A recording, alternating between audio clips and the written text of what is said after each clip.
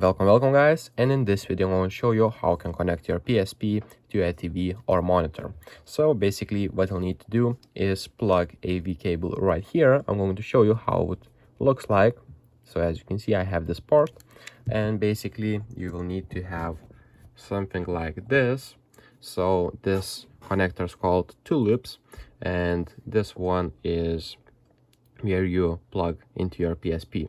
So basically this is called AV cable for PSP. And what you'll need to do is after you connect this end to PSP and this end to TV, you'll basically need to go to connected display settings. So make sure you're at the settings and connected display settings.